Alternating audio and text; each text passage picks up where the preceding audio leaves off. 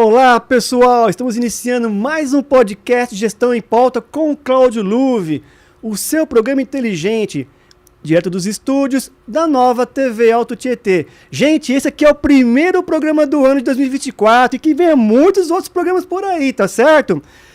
Quero agradecer primeiramente aqui a Deus, a toda a nossa audiência, aos apoiadores, a BRH Brasil e a PG Portugal. Minha gratidão, pessoal. Olha só, vamos aqui a um breve intervalo, mas fica aí com a gente, é rapidinho.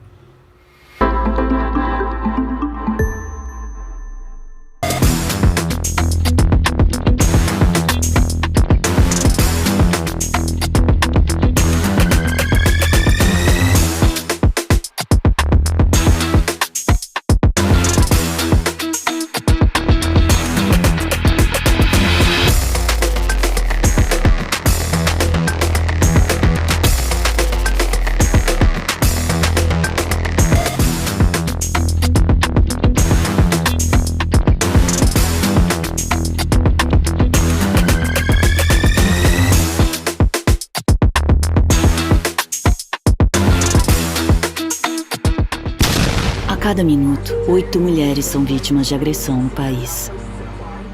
De cada 10 mulheres, 3 foram ameaçadas de morte pelo parceiro atual ou pelo ex. A cada 7 horas, um feminicídio acontece.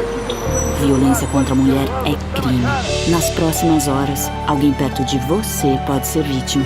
Por isso, é tão importante prestar atenção. Fique atento aos sinais. Escute, acolha, denuncie.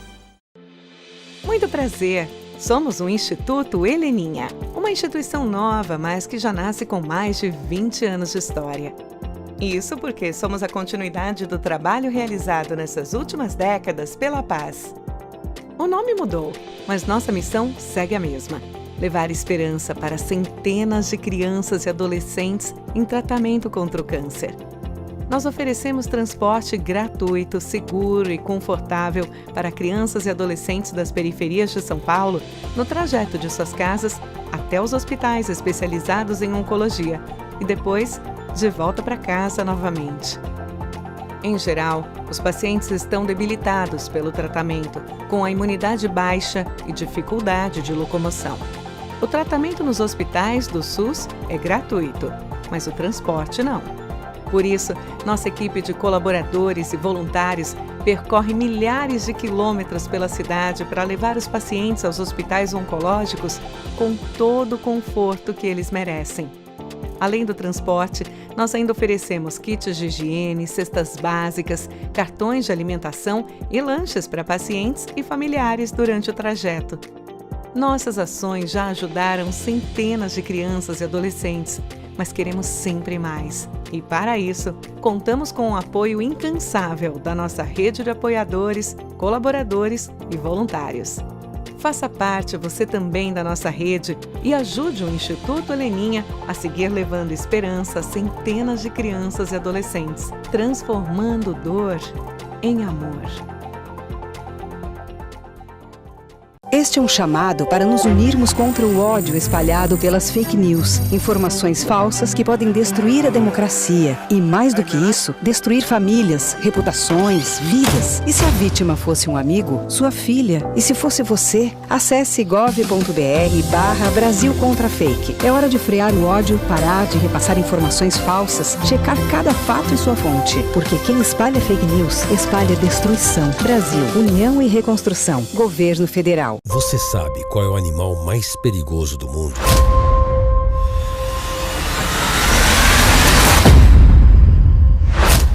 É o mosquito. Ele pode transmitir a dengue, zika, chikungunya.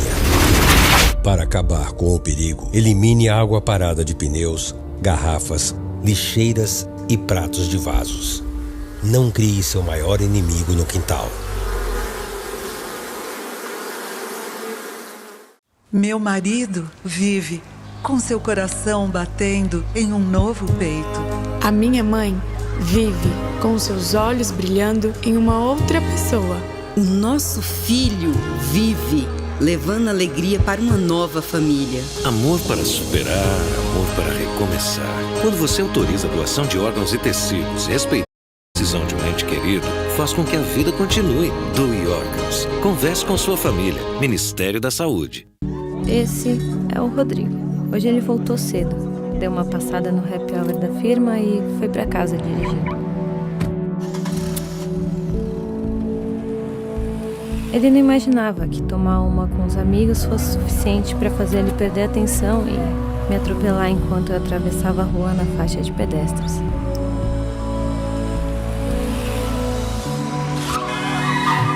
Porque ele bebeu e dirigiu, eu não vou terminar a faculdade, eu não vou conhecer o João e nem vou ter a chance de ser mãe. Você poderia viver com essa culpa? Nunca beba e dirija.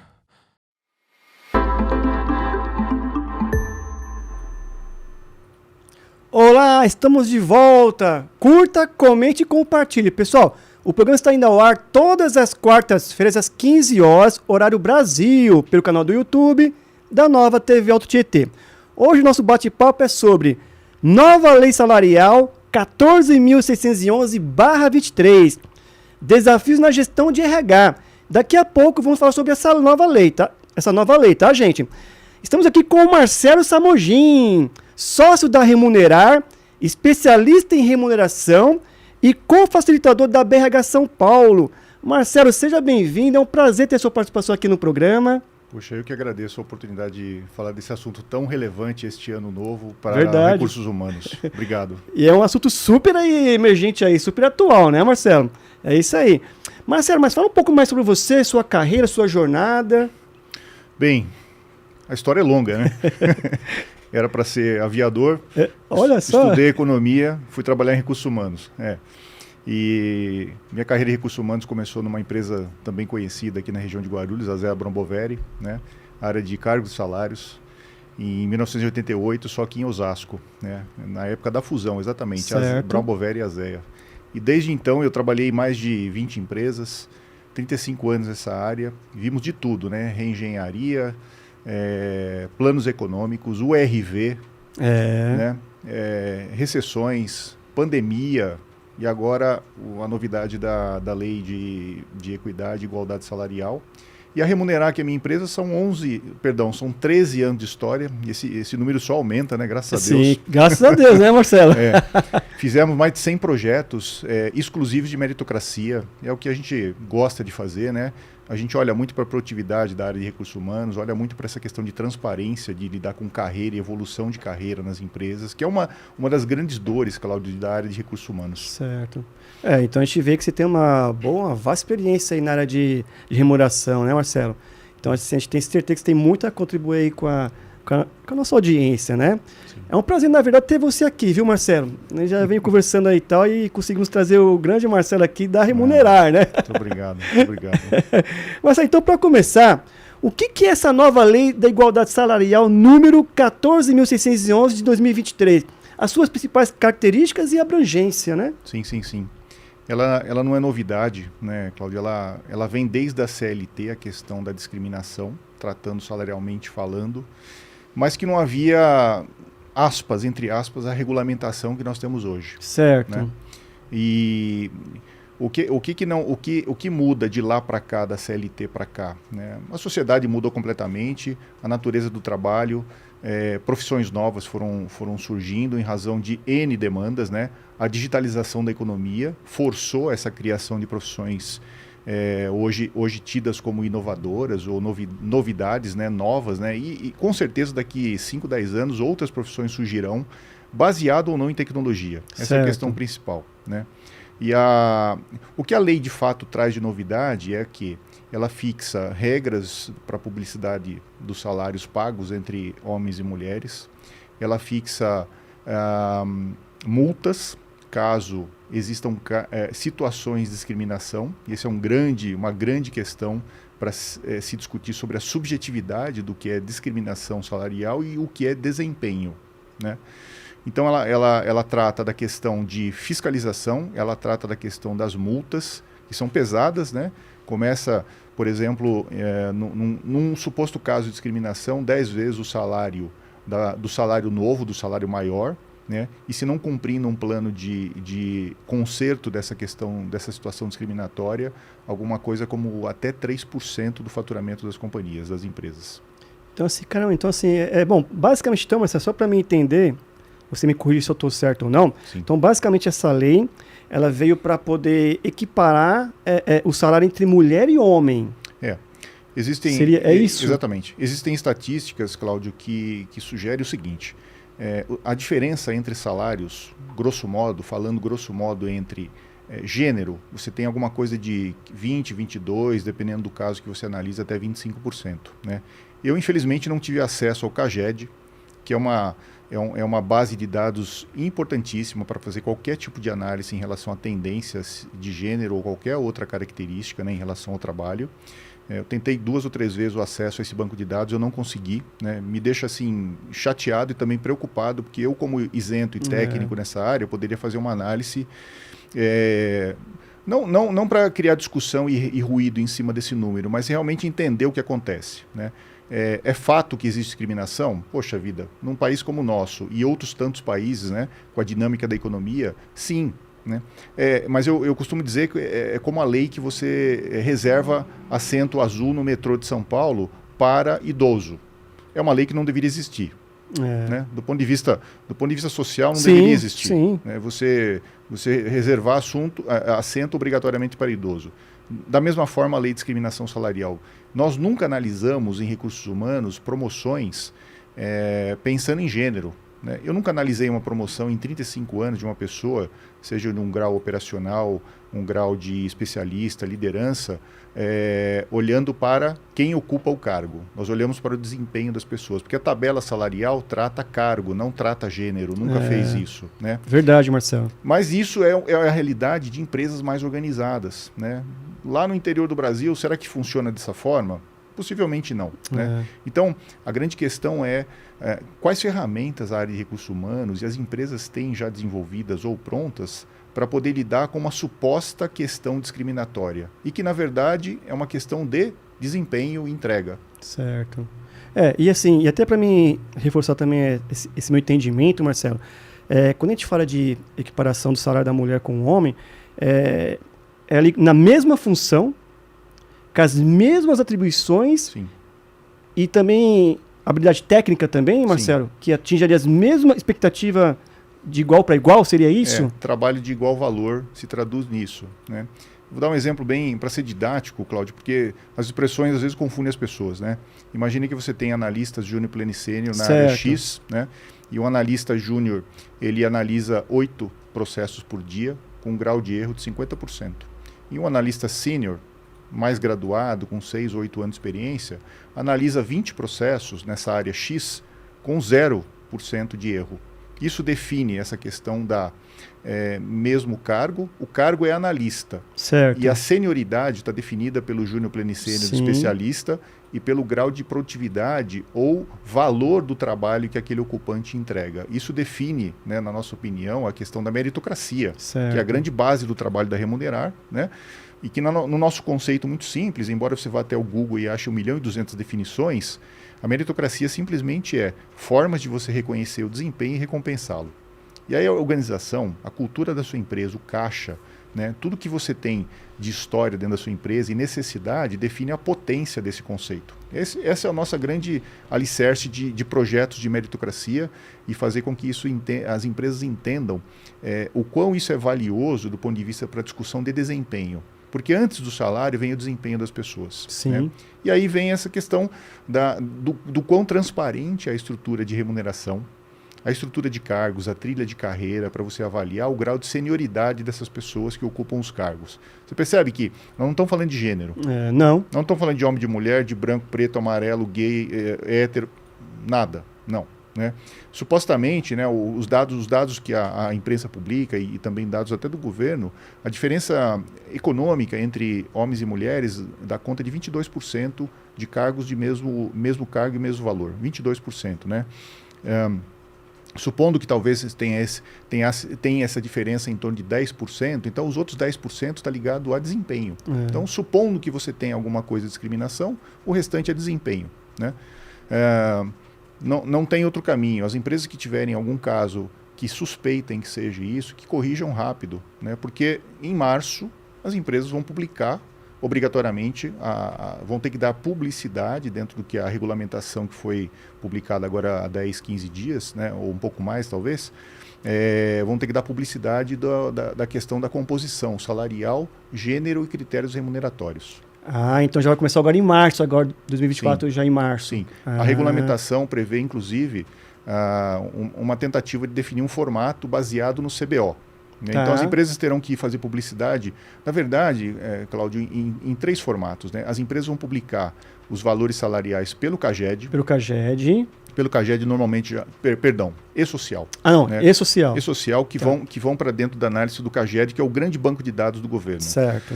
Um dos bancos de dados importantes da parte trabalhista. Então né? e-social. E-social, primeira fonte certo. de captura. A segunda fonte é o portal Emprega Brasil, que lá as empresas vão ter que colocar essas estatísticas, que muitas das empresas eu sei que não têm ou não acompanham até hoje de maneira séria. Né? As grandes empresas é um outro mundo, tem bastante gente para pensar nisso e cuidar. As menores tem mais nesse ano novo que agora começa 2024, terão mais uma função em recursos humanos, um pouco burocrática, né? Que você deixa de atender o cliente para poder fazer o quê? Cumprir uma burocracia que veio junto com a lei, através do Emprega Brasil. E o terceiro item de publicidade é a obrigatoriedade das empresas publicarem, talvez no seu website, a relação de salários, né? E que no fundo está gerando uma polêmica no nosso caso enorme, porque a lei LGPD, né? Ela tem ali as questões de pessoalidade e tudo mais, e algumas empresas estão... algumas empresas não.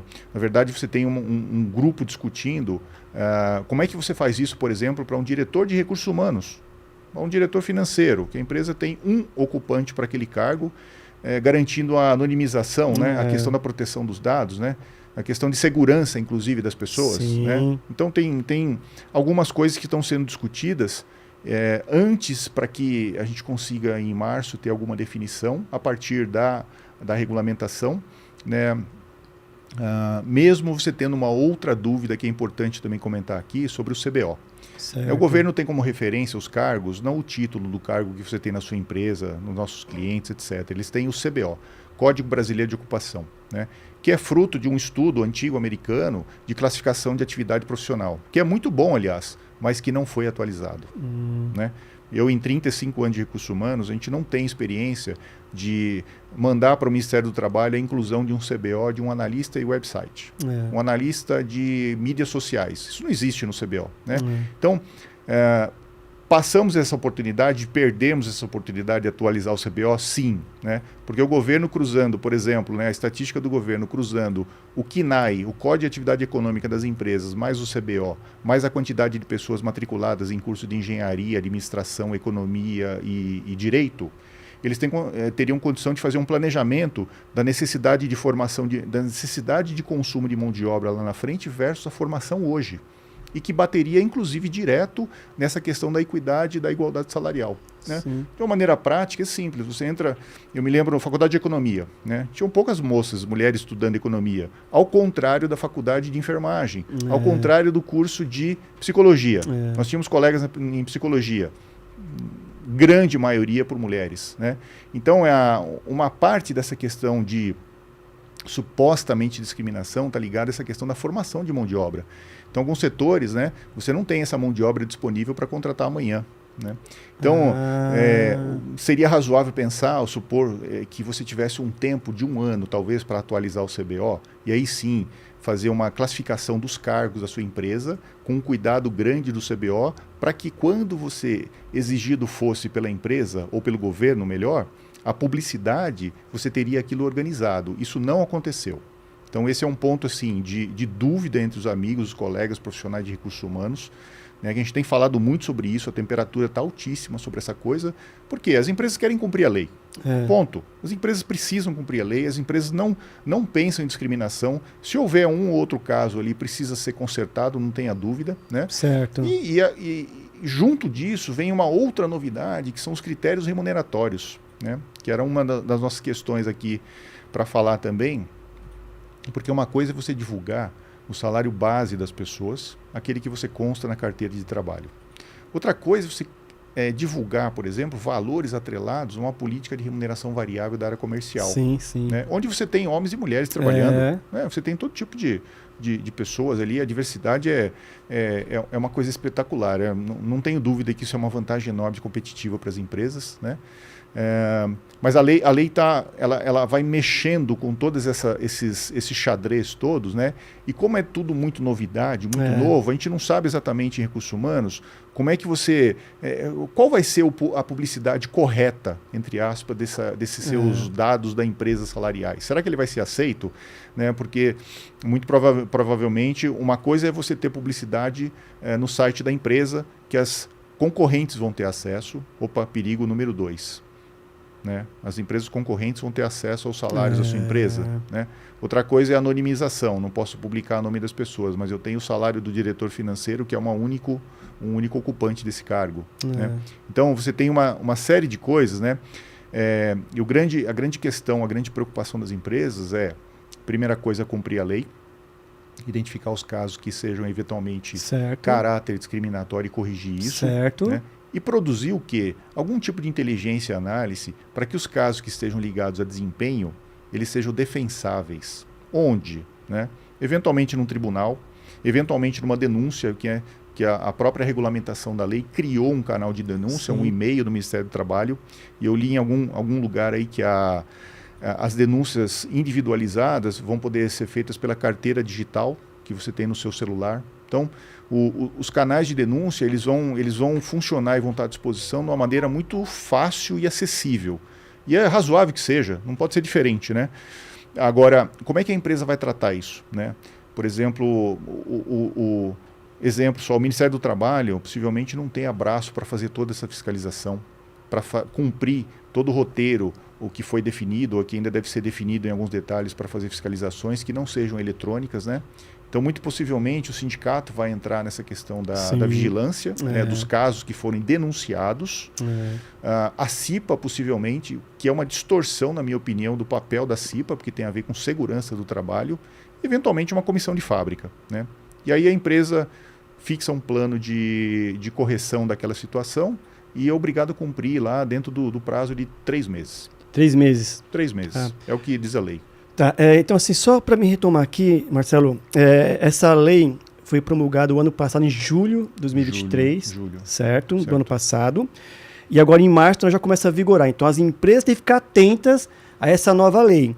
E me fala uma coisa, você saberia qual que tem algum porte também de empresa, a partir de que momento que ela tem que prestar conta em relação a essa situação nova aí, Marcelo? Quando eu disse que esse é um movimento até internacional, assim, a gente vê outros países, né, as leis são criadas e as leis elas têm já um caráter embutido, que é fruto de quem as criou. Né? No nosso caso, nós temos um viés sindical fortíssimo nisso, né, o ministro ex-sindicalista, etc.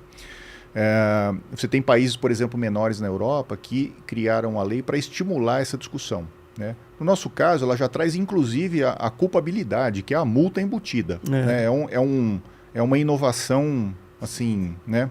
Polêmica. Enfim, já traz a questão da culpa junto. Né? Ok, é o cenário que nós temos.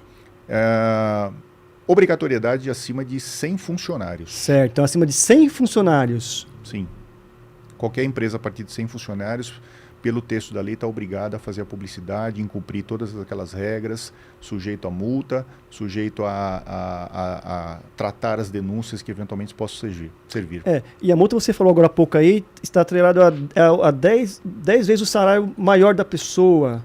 Pessoa que teve a denúncia, seria isso? Comparativamente, né? Imaginando que uma pessoa que fez a denúncia tem o salário, exemplo, de R$ 1.500 e a outra...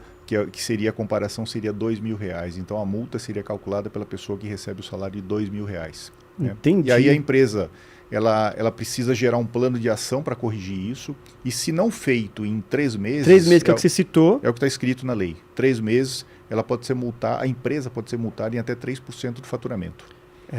Então quer dizer, a empresa tem que ficar atenta aí, viu? Mais pra frente a gente vai falar um pouco sobre o papel do RH, mas o RH vai ter muito trabalho aí, né, Marcelo? Sem dúvida, sem dúvida. Como nós começamos a conversa, né? O RH passou por reengenharia, hiperinflação, hiperjuros, passamos por URV, pandemia, que foi terrível, né? A área de RH foi desafiada muitíssimo, e hoje a questão da equidade, que eu vejo também de um outro lado, depois de tanto discutir esse tema, Cláudia, é uma oportunidade de você aprimorar alguns modelos de gestão e recursos humanos. Vamos ser honestos nessa hora, porque essa exigência, apesar da polêmica, apesar da lei ter sido criada de uma maneira assim, com menor discussão do que deveria, a exemplo da discussão que nós estamos tendo sobre o CBO, né? Foi feito a toque de caixa, entre aspas, feito a toque de caixa, cumprimento de promessa de campanha. Não tiramos o caráter social da lei, que é importante que isso aí seja... Ninguém concorda com a discriminação, né? Mas esse é o cenário que nós temos hoje e que tem a ver assim, com na sociedade, né? Tudo que você caminha muito rápido, seja do ponto de vista social, seja do ponto de vista econômico, você tem um desequilíbrio, né? Então, teremos que ter pessoas imediatamente com formação de... Exemplo, só enfermagem, área de saúde, homens e mulheres, 50%. Peraí, mas a faculdade não formou 50% de homens, né, há 8 anos atrás. E agora? Esse xadrez ainda é complicado, então nessa hora o planejamento e o tempo te ajudam a pensar isso de uma maneira mais equilibrada. Entendi, Marcelo. Então assim, só para reforçar aqui, Marcelo, qual que é o órgão que vai fiscalizar isso daí nas empresas? Reforça para mim, por favor, para nossa audiência. O órgão que vai ser responsável em fiscalizar, que vai monitorar isso aí tudo aí, Marcelo. Na verdade, o monitoramento, ali descrito na lei, diz que é o Poder Executivo, né, uma secretaria ali dentro do Poder Executivo, certo. Que é uma coisa, aspas, esquisita, né, porque deveria estar a cargo do Ministério do Trabalho. Sim, né, ponto, sim. Ok. Né, é mais uma aberração, assim, aspas, de uma questão que é legítima, mas que conduzida dessa forma causa estresse. Então eu imagino que o que a gente pode supor, né, em razão da novidade que a gente vai lendo, cada vez que você lê o conteúdo, a lei propriamente dita, e cada vez que você lê a regulamentação, você fala, olha, achei uma vírgula aqui, né? Achei um e ou aqui, será que tem uma interpretação diferente? Né? Então, a partir de uma denúncia, a empresa precisa tomar suas iniciativas. Sim, né? sim. Possivelmente o recursos humanos é a área importante ali para poder cuidar disso, para aquelas empresas que têm um recurso humano estruturado, vamos combinar. Né? Uma empresa de 150 pessoas talvez tenha um recurso humano liderado por uma única pessoa. Ela faz tudo. Né? Então, de certa forma também, isso traz uma questão de aumento de burocracia nas empresas. Né? Nós já não temos no Brasil uma comparação de competitividade, de trabalho e produtividade boa. Né? Todos os rankings que você pega, Cláudio, de produtividade de trabalho, você vê o Brasil lá atrás. Então, para obrigações fiscais, uma entidade lá calculou, que eu não me lembro os nomes todos, mas todo dia tem essa estatística, né? No Brasil, você gasta 1.500, 1.600 horas para fazer as obrigações fiscais todas, anuais. Então, você tem países menores que consomem 300, 400 horas por mês. Nós estamos bem ruim. Né? No ranking de produtividade, de 62 ou 64 empresas, nós temos o Brasil na posição 58. Não é uma posição de orgulho. Né? Nós temos agora essa obrigação, né, que faz parte dessa mudança de melhoria de gestão de recursos humanos, da parte remuneratória e tudo mais, e que vai adicionar trabalho para recursos humanos, que é burocracia, que é mais um tipo de preocupação, né, que os funcionários podem até perceber valor, mas o cliente das empresas, os clientes não vão perceber valor nisso. Né? Os donos, os acionistas das empresas sempre pediram para que os RHs tivessem um pouco mais de entendimento sobre o negócio. E quando você trabalha para cumprir uma questão burocrática, embora legítima, ela não te ajuda a você ganhar tempo para olhar o negócio e entender o negócio da sua empresa. Verdade, Marcelo. Ponto. Isso é fato. A gente não muda. E eu fico imaginando o papel... Você também, nós trabalhamos muito tempo em RH, eu fico imaginando o papel do RH e as leis que vai mudando, que tem que se adaptar. E assim, como um desafio, então, você, assim, pensando pro lado da empresa, então, como desafio, você acredita que vai ser assim, para as empresas que não têm uma estrutura tão boa, vai ser um desafio maior? Com certeza. Diferente daquelas que já têm uma boa estrutura, uma empresa maior, você acha que vai ser mais fácil de se adaptar? Com certeza. Para quem é menor é mais difícil, né? Ainda que você não precise complicar muito a história de algumas questões ali. Então, se você não tem um plano de cargos salários, você precisa de um plano de cargos salários, você precisa minimamente discutir o que é competência e como é que as pessoas estão em relação às competências esperadas. Se você puder olhar para a estrutura de cargos e salários e montar um plano, júnior, pleno e sênior, etc., fazer aquilo de um jeito mais organizado, quadradinho, vantagem para todo mundo. Inclusive, você vende isso para os seus funcionários como uma metodologia nova de discutir desempenho. Depois vem o salário, né? Então, na nossa história é assim, a meritocracia é isso. Eu primeiro falo de desempenho coletivo da companhia, e ela sustenta economicamente aquele negócio, e aí ela pode discutir o desempenho individual e reconhecer o desempenho seu, de cada funcionário, né? Então, esse é o contexto geral das questões de recursos humanos. Falamos do plano de cargos e salários. Então, se você não tem o plano de cargos e salários, pode pensar nisso. Como é que faz o plano de cargos e salários? Sim.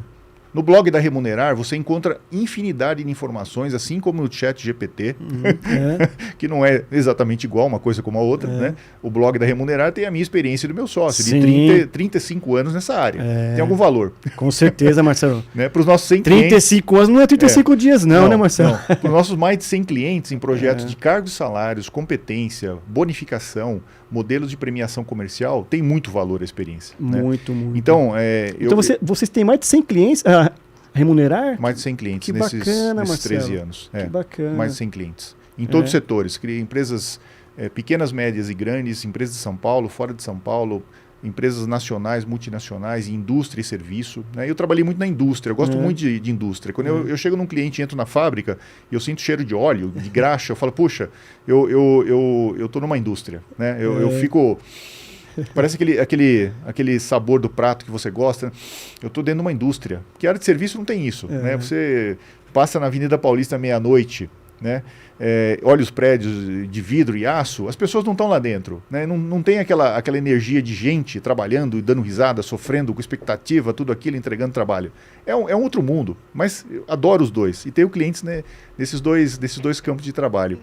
E aí vem, complementando essa questão, Cláudio, do recursos humanos, né? Plano de cargos e salários te ajuda muito a definir essas questões de senioridade, olhar para a competência das pessoas, porque uma vez que você descreveu os cargos, você pode olhar todas as competências que são exigidas, e aí já tem uma pequena pista da ideia de senioridade, quem é júnior, pleno e sênior. Sim. Então, quando você estabelece, e esse seria o segundo foco assim, das ações de recursos humanos importantes, estabelecer essas diferenças entre júnior, pleno e sênior, para que numa discussão... Deixar claro, né, Marcelo? Que supostamente, exatamente, numa suposta discussão de situação discriminatória, a empresa tenha, assim, todos os dados, de uma forma até detalhada, atualizada sobre aquela questão envolvendo 2 ou 3 pessoas e os motivos pelos quais os salários são diferentes. Sim, exatamente. Né? Inclusive em questões remuneratórias. Olha, o que é uma questão remuneratória importante? Você tem um vendedor e uma vendedora. Então, o vendedor, nesse exemplo, tem um salário 50% maior que a história da vendedora. E você tem a regra de remuneração variável e aquilo define o desempenho. Né? E você tem o contrário também. Você tem o desempenho da vendedora melhor que o vendedor, e os critérios remuneratórios explicam isso? Sim, porque é uma questão de desempenho nesse caso. Então, nessa hora você tira a pressão dessa questão da discriminação e volta para a técnica de gestão, de remuneração, cargos e salários, competência e, de novo, desempenho. Muito bom, viu, Marcelo? É isso. Assim, dicas valiosas aí. Marcelo, o papo tá muito bom, mas eu preciso pedir aqui um rápido intervalo, tá bom? Claro. Pessoal, vamos aqui a um breve intervalo, mas fique aí com a gente, é rapidinho.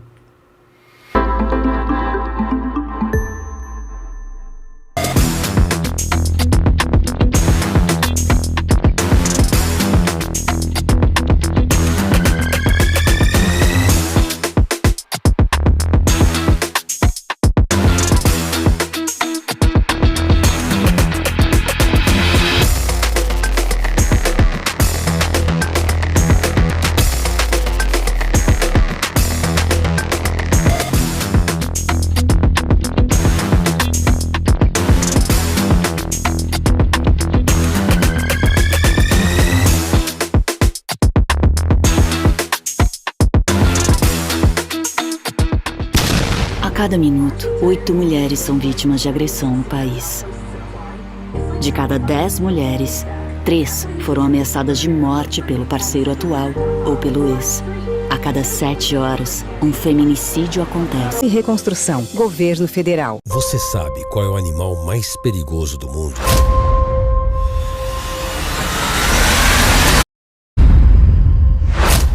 É o mosquito. Ele pode transmitir a dengue, zika, chikungunya. Para acabar com o perigo, elimine a água parada de pneus, garrafas, lixeiras e pratos de vasos. Não crie seu maior inimigo no quintal. Meu marido vive com seu coração batendo em um novo peito. A minha mãe vive com seus olhos brilhando em uma outra pessoa. O nosso filho vive, levando alegria para uma nova família. Amor para superar, amor para recomeçar.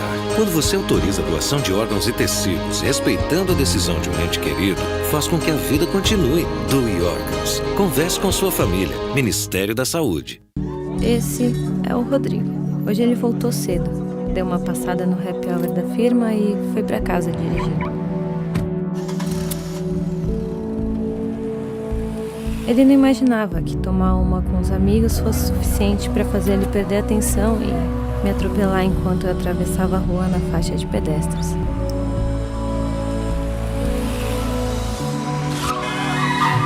Porque ele bebeu e dirigiu, eu não vou terminar a faculdade, não vou conhecer o João e nem vou ter a chance de ser mãe. Você poderia viver com essa culpa? Nunca beba e dirija.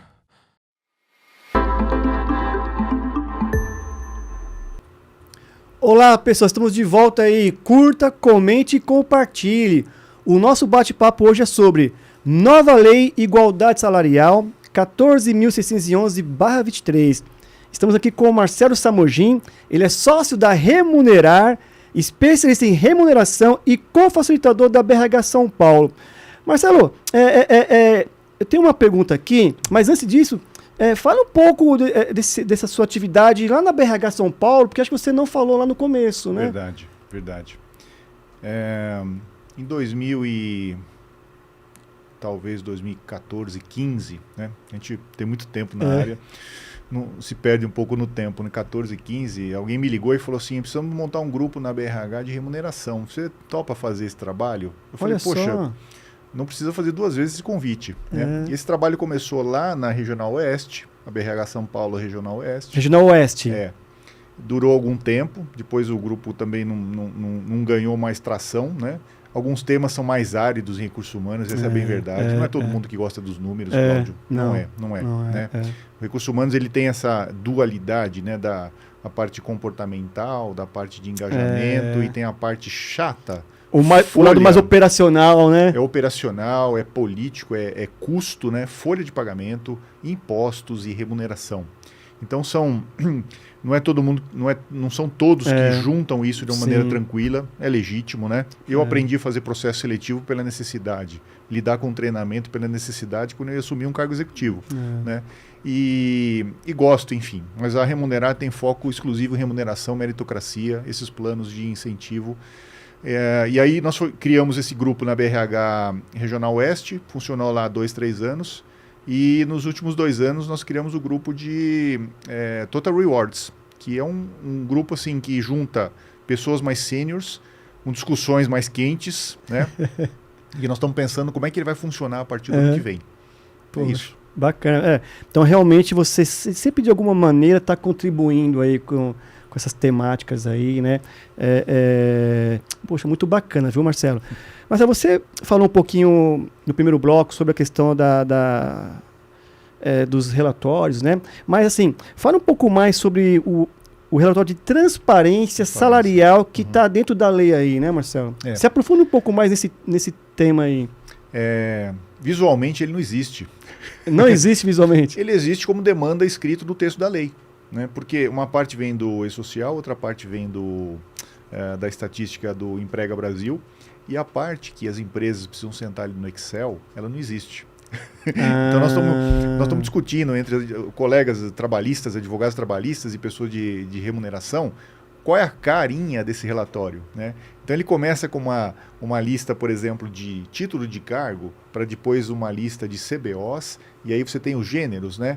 Masculino, feminino, critérios remuneratórios de cada um deles. Então, eu iria, se eu estivesse hoje, Cláudio, sentado na cadeira de recursos humanos ou remuneração, eu pensaria esse formato, né?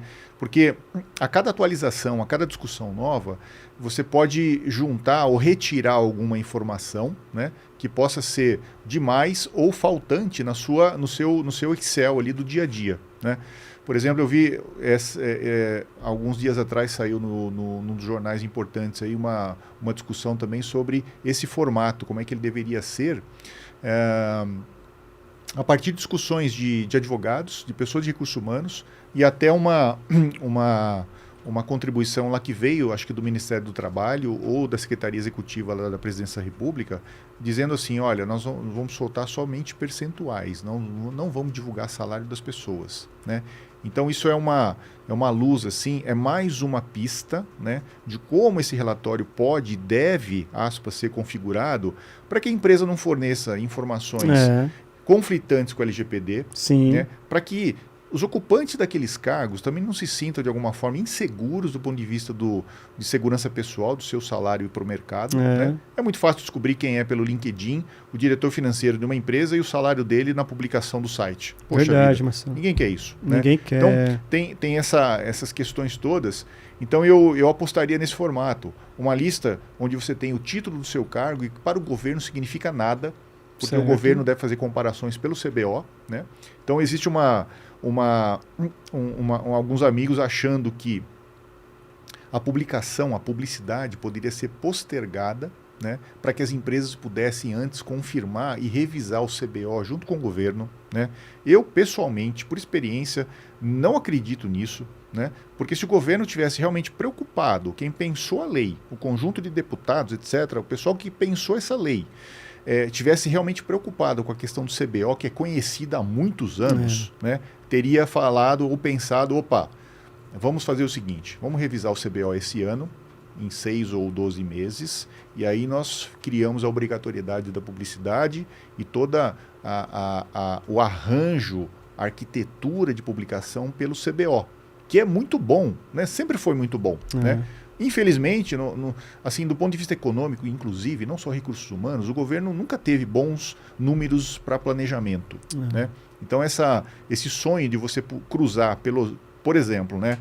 Aí um economista falando, né? Cruzar a quantidade de pessoas que saem das faculdades formadas por ano, em quais cursos, a quantidade de pessoas trabalhando em profissões regulamentadas e outros cargos via CBO, você conseguiria fazer minimamente uma ideia de planejamento de 15, 20, 25 anos, pensando o seguinte, para eu ter essa configuração de distribuição de pessoas daqui 20, 25 anos, eu preciso começar a formar o quê agora? E aí o caminho começa. Né? Percebe? Nós não estamos corrigindo um problema que ele tem natureza X ou Y, discriminatório ou não, que aconteceu há 24 meses atrás. Né? Nós estamos falando de uma coisa, inclusive discriminatória, do ponto de vista de gênero, que as mulheres não votavam até a década de 40 no Brasil. A educação pública nasceu, se eu não me engano, em 1940 ou 1950. Educação pública gratuita. Até então era público, só existia o ensino privado. E não era acessível para todos, ponto. Nunca foi. Né? A educação nunca foi barato a educação, né? E, independente da qualidade, independente do arranjo econômico que você tem. Então, você percebe que nós temos 6 meses ou 8 meses para corrigir uma situação que vem sendo gerada na economia há quantos anos? 30, 40, 50 anos, a partir da formação das pessoas, a partir do modelo mental de cada empresa e cada cultura, discriminatória ou não, e aí não estamos acusando as empresas, né? Eu posso ter uma indústria que tem lá 85% de homens e aquela atividade, geralmente é só o homem que consegue cumprir, né? Então, podemos abrir vaga para mulheres? Podemos. Podemos fazer teste? Podemos, né? Eu esse dia voei num avião, num Airbus na Europa com uma comandante. E eu descobri depois que era uma mulher, fiquei feliz. Né? Eu estudei aviação, gosto daquilo, muito. Quando eu vi a senhora, quase senhora, na cabine de comando, né, com 4 listas aqui, eu falei, olha só, falei para a esposa, olha só, olha que bacana. Sim. Uma mulher comandante. E no Brasil também nós temos, né? A Azul tem comandantes, a Gol tem comandantes. Então é um espaço mais que legítimo, né? E que as mulheres vão conquistando. Sim. Enfim, por natureza ou não da necessidade do trabalho, né? Eu acredito muito nessas questões da diferença, Cláudio, embora a gente saiba que a diversidade é uma questão importante dentro das empresas, da sociedade, mas a vida humana, ela chegou até esse ponto com todas as diferenças que nós temos. Eu não sei se todos fossem iguais, nós teríamos esse crescimento todo. Não sei. Quem sou eu para dizer X ou Y, né? Do ponto de vista humano, da criação do Homo sapiens, etc., né? Tudo foi diferente até hoje. E nós chegamos onde nós estamos, bem ou mal. Né? Se fosse tudo igual, não sei onde estaríamos. Não dá para simular esse tipo de coisa, né? E eu falava de diversidade há coisa de 15, 20 anos atrás nas empresas, independente da legislação que não existia, né? E eu brincava com as pessoas, né? Imagina, gente, se nós tivéssemos aqui 12 engenheiros formados pela Poli na década de 70 discutindo o mesmo tema. Que tipo de diversidade de ideias e discussão você tem? Nenhuma. Então, todos entendiam que era diversidade desse ponto de vista, né? E aí o conceito foi ampliado. Homem, mulher, preferência X ou Y, etc. Branco, preto, amarelo, índio, né? Traz uma visão assim do Brasil antigo, do Brasil inicial, não antigo, né? No Brasil da história inteira do Brasil. Adoro história para entender o futuro. Sim. Então, você consegue ter esse tipo de leitura. E, sem dúvida, o envolvimento das questões culturais, né? A liderança precisa ser preparada para lidar com isso. Então, eu não vejo a área de recursos humanos tendo sucesso na hora de empreender, sucesso na hora de discutir e implementar tudo isso sozinha. Né? E aí, quando a gente fala de liderança, você também é um especialista nesse assunto, nós estamos falando em todos os níveis de liderança. Nós estamos falando do acionista, né? Que pode ter ou não capital aberto em bolsa de valores, nós estamos falando do diretor, do presidente, do gerente, e nós estamos falando do supervisor, que muitas vezes tem ali a faca e o queijo na mão para lidar com o assunto de uma maneira mais silenciosa, cuidadosa ou ruidosa, né? Enfim, protegendo ali a questão da empresa, a questão da legislação, porque, de novo, ninguém quer fazer diferente do que a lei prevê. As empresas estão... Todo esse debate que nós estamos fazendo até hoje, né, até a publicação de todos os documentos, é para fazer o cumprimento da lei. Sim. É para dirimir risco, é para entender que isso tudo também pode ser uma oportunidade de melhoria da gestão de recursos humanos. Sim, né? sim. Encontrando oportunidade dentro dessas questões todas de equidade. Verdade, Marcelo. E assim, só reforçando aqui para a nossa audiência, né, Marcelo? Quando a gente fala desse relatório de transparência, é só reforçar que só está obrigado a apresentar empresas a partir de 100 funcionários, 100 certo? Funcionários. Né? Só para deixar aqui reforçado para a nossa audiência. 100 funcionários. E aí, Marcelo, dentro desse contexto você já veio falando um pouco do RH, mas fala um pouco mais, como tem que ser o dia a dia do RH para implementar essa nova lei? Que 10 dicas práticas você daria? Porque é uma lei nova e o RH tem que se adequar. Né? E como que então tem que ser feito na prática, isso daí, o RH na prática? São 35 anos de história e eu sempre percebi a dificuldade do RH por questões da natureza do trabalho de recursos humanos, que não é a parte da folha, Cláudio, não é a parte de remuneração, mas de definir muitas vezes conceitos. Então talvez o RH tenha que... embora a lei ela seja tácita do ponto de vista de escrita, né, ela precisa adaptar o quê? A cultura que existe e funcionou até hoje nas empresas. Independente de julgamento, se ela era uma cultura de passividade, agressividade, inovação, de conservadorismo, etc. Independente disso. Então, continuo achando que o papel de recursos humanos continua sendo dividir essa preocupação de uma maneira assim bastante transparente com as lideranças. Porque nós não fazemos sozinho. Verdade, Marcelo. Nós podemos criar a melhor política de remuneração, nós podemos criar os melhores critérios de transparência, de senioridade, tratar competência, tratar uma série de coisas dentro do conceito de meritocracia. Certo. Mas se a liderança das empresas, nossos clientes, não perceberem valor naquilo, você ficou a pé. Não comprar ideia seria isso, Marcelo? Comprar ideia, exatamente, comprar ideia. E comprar ideia, traduzindo em miúdos, né? Falando um português não brasileiro, né? Significa o que eu ganho com isso. Certo. O que nós ganhamos com isso? Né? Nós vamos ter as pessoas desempenhando os seus papéis de uma maneira mais segura, mais de entrega com mais qualidade. Né? Eu, como líder, o que eu preciso? Eu preciso de uma equipe motivada, eu preciso de uma equipe qualificada, né? Bem selecionada, motivada também do ponto de vista de remuneração e que entregue as metas que eu tenho como chefão daquela área, como diretor, como gestor, como executivo gerente daquela área. Ponto. Né? Então, à medida que o RH consegue demonstrar de uma maneira prática e transparente, honesta, de que aquilo é bom também para a liderança, você vai ter sucesso em implementar qualquer que seja o tipo de inovação ligado à legislação de equidade, de igualdade salarial e outras que possivelmente surgirão, porque a história diz que outras virão. Sim, sim. E com certeza, Marcelo, o RH tem esse papel estratégico de saber vender, mostrar através de números. E você citou uma coisa aí, por exemplo, uma delas é a motivação, né, que as pessoas vão ter mais. Até quando você fala de diversidade e inclusão, já é mais que provado que pessoas diversas contribuem muito mais para a organização. E isso impacta até nos lucros da empresa. Quer dizer, então você pode mostrar para o seu líder, poxa, aqui, através de motivação, aumento de desempenho, as pessoas estarem mais felizes ali com o seu trabalho, sendo reconhecidas, independente do gênero, se é mulher, se é homem, não importa. Né? Religião, independente de qualquer coisa, né, Marcelo? Se sentirem reconhecidas, poxa, automaticamente, isso na prática vai reverberar ali no seu dia a dia. E com isso, automaticamente, vai crescer ali as vendas, os números, inclusive até o cliente vai perceber isso nas pessoas, não é isso, Marcelo? Sim. Você acha que o cliente lá na ponta percebe? Quando você tem ali pessoas ali que estão ali, poxa, felizes, né? Que ela tem ali um orgulho de estar naquela empresa? Acredito. Porque nós como clientes, né? Nós também somos clientes, né? Nós como clientes, nós percebemos o quanto as áreas de atendimento vão melhorando do ponto de vista de tecnologia e do ponto de vista de atendimento humano, né? Na velocidade, talvez, com que seus problemas são resolvidos, né? Na qualidade da resposta que você recebe quando tem uma dúvida. Tudo isso é treinamento, né? Eu trabalhei numa empresa de ferrovia e um belo dia lá eu parei numa estação de metrô e eu sempre acostumado, nós paulistanos, né?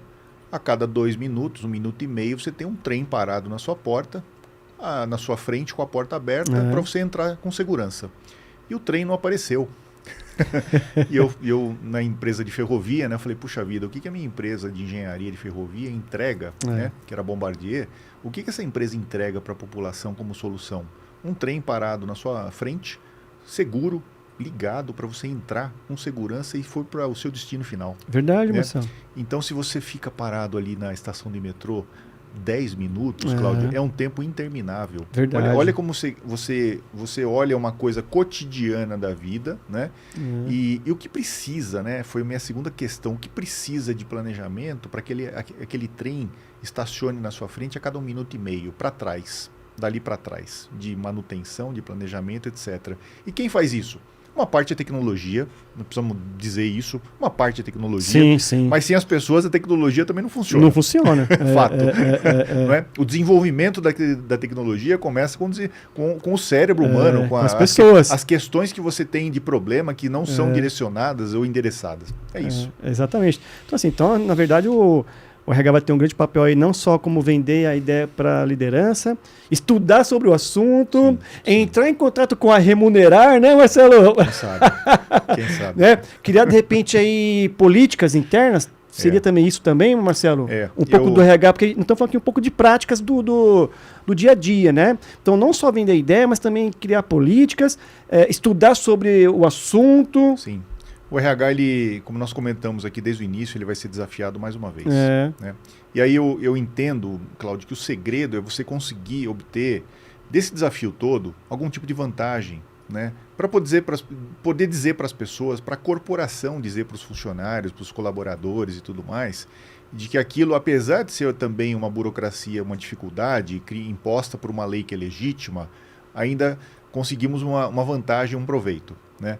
Porque senão, do ponto de vista de competitividade, você imagina, cada burocracia que é criada nisso na área fiscal, na área jurídica, na área trabalhista, você rouba um pouco de produtividade da economia brasileira, né? E os investidores lá de fora pensam o quê? Puxa, está mais difícil investir e fazer as coisas funcionarem no Brasil. Não vamos abrir uma unidade nova. Isso é terrível, do ponto de vista econômico, terrível. E aí você não tem criação, você não tem investimento, como foi anunciado aí no final de, se eu não me engano, no final de novembro, né, que o investimento produtivo no Brasil caiu em torno de 40% em relação ao ano passado.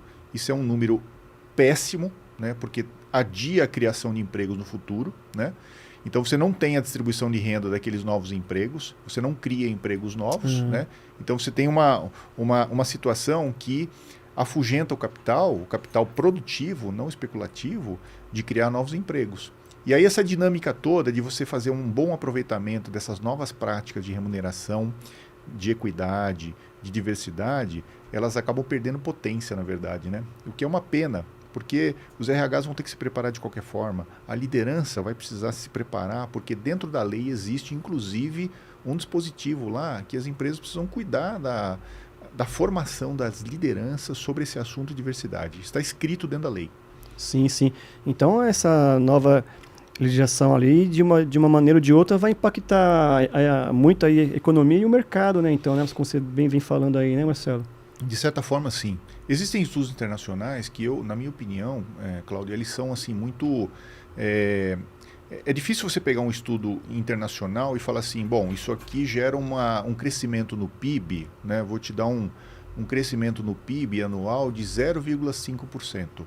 É muito difícil você estimar que uma única política teve todo aquele efeito sobre o PIB de um país, né? É fato que a distribuição de renda de uma maneira mais equitativa, mais equilibrada, você tem chance de aumentar o consumo das pessoas, sim, né? Em lugares que supostamente a discriminação era maior, sim, né? Então você está levando renda para esses lugares que são empresas menores, ao contrário das empresas maiores, que já cuidam desse assunto com toda a responsabilidade possível, né? Poxa, uma empresa super grande pode ter um caso de discriminação? Pode. Fruto de uma história esquisita? Pode. Chegou a chance de eliminar esse caso e consertar o assunto? Sim. Né? As empresas pequenas, menores, lá no interior do Brasil, nós estamos habituados aqui, Grande Centro, São Paulo, Guarulhos, Osasco, de onde eu vim, o Brasil não é isso.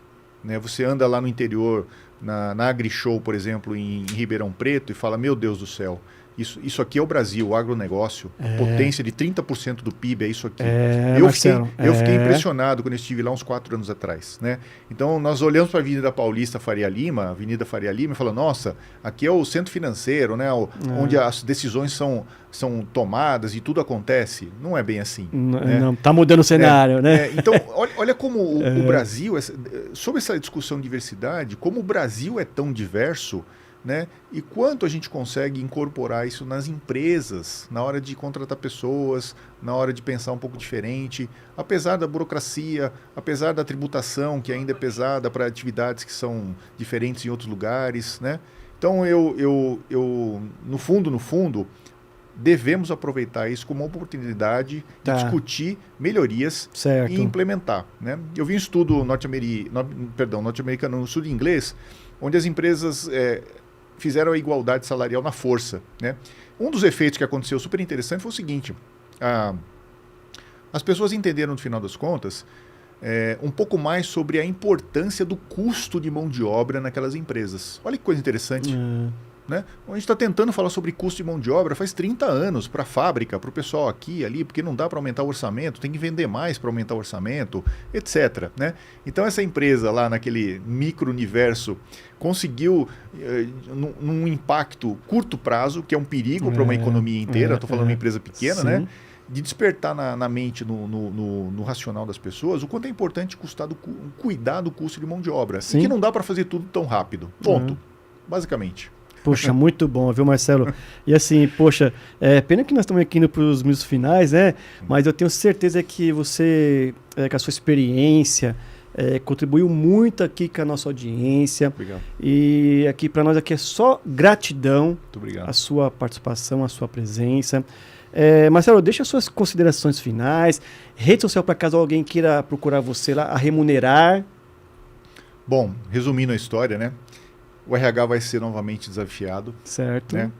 Aproveitem esse desafio de discussão, de melhoria, para criar coisas realmente valiosas e vender isso para a liderança das empresas, para o seu chefe, para o seu diretor, para o seu acionista. Né? Essa é a minha experiência de cuidar de tantas empresas, mais de 100 empresas nesses mais de 10 anos de Remunerar, né? De dividir essa questão assim, dos ganhos. Né? Então o projeto ele serve para uma finalidade, porque a empresa tem um problema, mas na verdade ele vai atingindo outros e você tem vantagens de fazer isso de uma maneira mais inteligente. Né? Então no LinkedIn, Marcelo Samugin, você me encontra. Onde as pessoas me encontram no www.remunerar.com.br, né? No blog da Remunerar tem boa parte dessa experiência e ultimamente agora no Instagram, no @remuneraroficial. Remunerar Oficial. Muito bacana, Marcelo. Pessoal, siga então o Marcelo aí. O Instagram é Remunerar Oficial. Remunerar Oficial. Maravilha, maravilha. Marcelo, então hoje é o primeiro programa do ano, né? Então, caso você quer deixar aí as felicitações aí para esse novo ano aí, fica à vontade aí, né? Eu quero já aproveitar aqui e dizer que temos um ano super aí positivo. Né, com grandes projetos e aqui também que continue aqui com o programa aqui, levando conhecimento aqui para nossa audiência, não é isso, Marcelo? Que seja um ano positivo, né, Marcelo? E com saúde. Saúde, a verdade, Marcelo. Sem saúde não trabalhamos, não criamos inovação, não fazemos o RH funcionar de um jeito mais inteligente, efetivo e assim com a visão de inovação que as empresas tanto precisam. Verdade, Marcelo, verdade. Isso. Muito maravilha. Obrigado. Eu que agradeço, Marcelo. Pessoal, quero deixar aqui também aqui o meu agradecimento aqui à produção técnica, a toda a direção da Nova TV Alto Tietê, a audiência que vem aqui nos acompanhando. Eu aguardo vocês aqui na próxima quarta-feira às 15 horas. Eu estou nas redes sociais LinkedIn Cláudio Luve e no Instagram Cláudio Luve 16. Pessoal, meu forte abraço e até um breve aí. Tchau, tchau, gente!